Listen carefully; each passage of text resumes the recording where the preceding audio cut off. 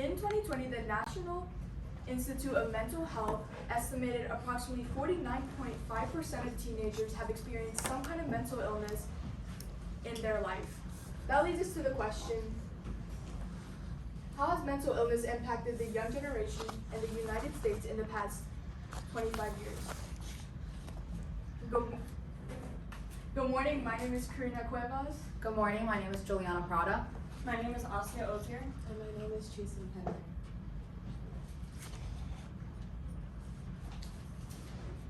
Mental illness impacts the young generation through these factors: depression, environmental factors, and immigration factors. As you can see, us as a team, we came up with some possible solutions, such as promoting mental health and normalizing the topic by creating campaigns, efforts to destigmatize, promote coping mechanisms such as physical activity, therapy or medication, hobbies, or immigrant parenting services. However, we discarded promoting coping mechanisms like physical activity, therapy, or medication just because of the economic and transportation factors that go into it. Moving on, hobbies, a lot of people that do develop mental illnesses don't have the motivation to be able to adapt these. And finally, for immigrant parenting services, a lot of these services aren't available to everybody, plus the transportation services too. So we're firstly going to be talking about depression and bipolar disorder. So data collected by Substance Abuse and Mental Health in 2020 has demonstrated that overall 17% of teens have shown a major depressive episode in the past year. We can see that sex does play an important part. We can see that females have a 16.2% overall more likely than males to develop this. And then moving on to age, we can see that 21.9% of 16 to 17 years old develop depression, contrasted to 12 to 13, which only have 11.2%. Moving on, we can see that also race and ethnicity have a big important factor into it. We can see that white teens have a 5.8% more likeliness than African Americans to develop major depression. This map from the Center for Behavioral Health Statistic and Quality shows how depressive episodes impact teens in different states within the US.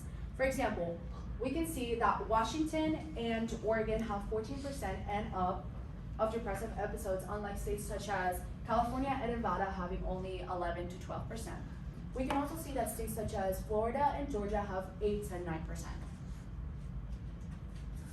Finally, we can see that American teen girls are especially impacted by depression compared to boys, as seen in this chart done by Pew Research Center. We can see that for every 7 boys, 20 girls experience depression. And overall, 13% of the American teen population in the US experiences it overall. According to the Psychiatric Times, females are more likely to get bipolar disorder than males. As you can see here, for bipolar type 1, approximately 55% of females compared to approximately 45% of males are more prone to getting bipolar type 1. For bipolar type 2, the estimated prevalence among males and females is 34 to 66. As Juliana said earlier, females are more likely to get a disorder.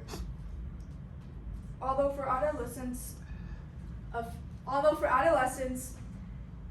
they are far more affected by depression than by bipolar disorder. But as you can see in this infographic by the Mind Journal, for bipolar disorder, approximately 40 million people in the world are affected by bipolar disorder. 2.9 of adolescents suffer from bipolar disorder. And for this disorder, it is the highest among all of them for severe impairment. Thank you, Karina. Next we're going to be talking about stigma and the environment. Stigma acts as a barrier to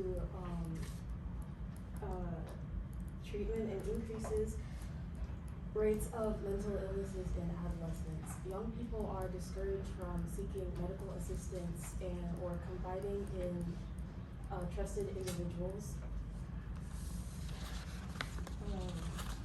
due to negative stereotypes associated with mental health. This graph by Rand Hall shows that the percent of adolescents who would hide their mental health problems increased by 54%. In this graph, the percent of adolescents who would hide their mental health problems from coworkers or classmates increased by 27%, and the percent who would hide mental health problems from family or friends increased by 17%. The environment also plays a significant role in the mental health of the younger generation. In this figure by Daniel Dodgen, we can see the various ways that adolescents are impacted by climate change, including depression, anxiety, and post-traumatic stress disorder. Next, immigration is one of the huge and arguably one of the lesser talked about factors that affects people's mental health. In this piece, Home by Warsan Shire, she encapsulates in a poetic way the experience that asylum seekers and immigrants often face when fleeing their home country, either due to tragedies like political persecution, war, or poverty, or they're being pulled to a new country for opportunities in jobs or education. However, it would be wrong to assume that once an immigrant flees to a new country, that their mental health problems and all the other problems are left behind in their homeland, and they only have the problems an average citizen would face. As we can see here, there are specific risk factors that only affect immigrants throughout their entire journey to a new country. We can see over here, challenges to immigration status have many risk factors that affect immigrants' mental health, such as fear of deportation and loss of jobs, detention, and their sense of belonging in the host country.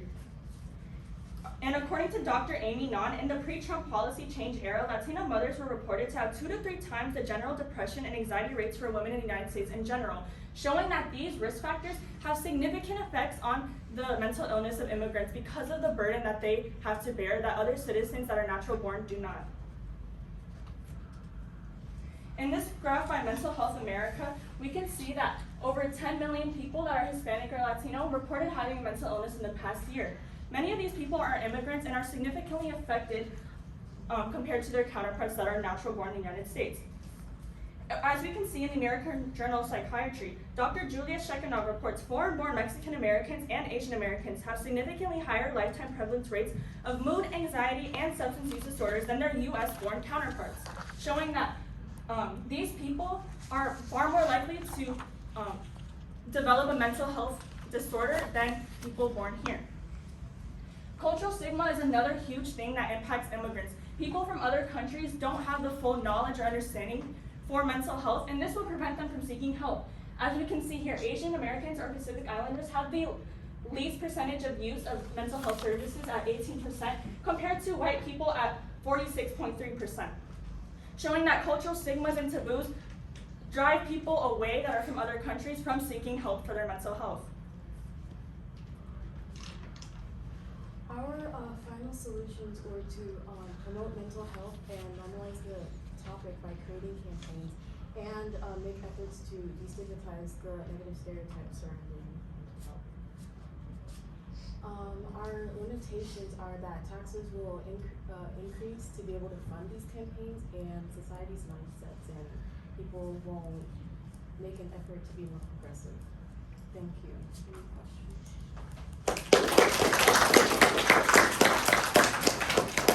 You guys would step together. I think it's started on this side now. So Juliana, you're up first.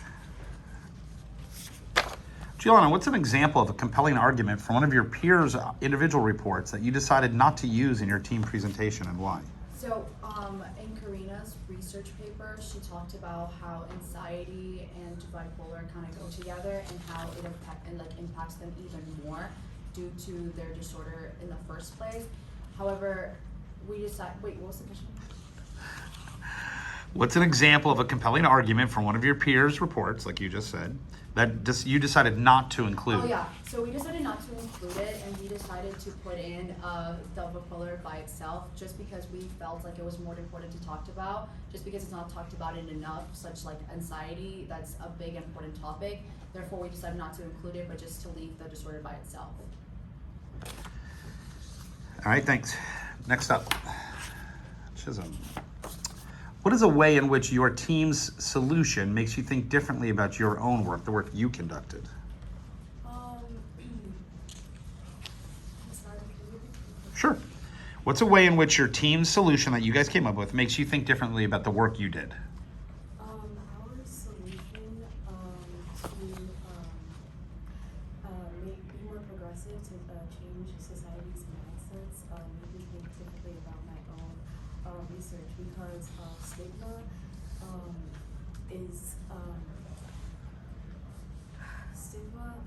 is from like the people who are around you and the negative stereotypes they associate with it. So if we can have other people be more positive about mental health, then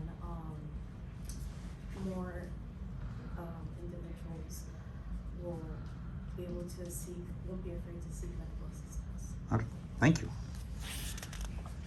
Next up, reflecting on your colleagues' work, which one had the greatest impact on your understanding of the problem? I think out of all my partners' work, I think that